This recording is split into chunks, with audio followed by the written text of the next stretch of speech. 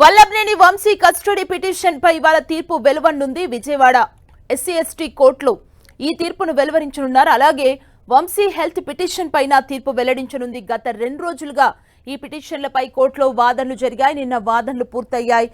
ఇవాళ తీర్పును వెల్లడిస్తామని కోర్టు తెలిపింది. కస్టడీతో పాటు జైల్లో బెడ్ సమకూర్చడం, ఇంటి నుంచి ఆహారం తెప్పించుకోవడానికి సంబంధించిన అంశాలపై కోర్టు తీర్పును వెలువరించనుంది. మరోవైపు బెయిల్ పిటిషన్ ని ఏపీ హైకోర్టు కొట్టివేసింది. గన్నవరం టీడీపీ ఆఫీస్ పై దాడి, ఫిర్యాదుదారుడి కిడ్నాప్ కేసులో వల్లభనేని వంశీపై కేసు ఫైల్ అయింది. అయితే కస్టడీ పిటిషన్ పై కోర్టులో వాడివేడిగా వాదనలు కొనసాగాయి. వాదనల సందర్భంగా వంశీని ప్రత్యేక సెల్లో ఎందుకు ఉంచారన్న న్యాయమూర్తి ప్రశ్నించారు. జైల్లో బ్లేడ్, గంజాయి బ్యాచ్ ఉన్నారని, మాజీ ఎమ్మెల్యే అయిన వంశీ భద్రతారీత్యా ఆయన్ను ప్రత్యేక సెల్లో ఉంచామని జైలు సూపరింటెండెంట్ తెలిపారు.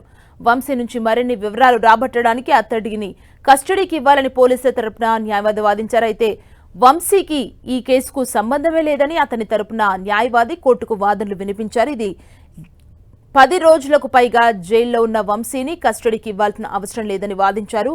ఇరు వర్గాల వాదనలు విన్న న్యాయస్థానం తీర్పు ఇవాల్టికి వాయిదా వేసింది.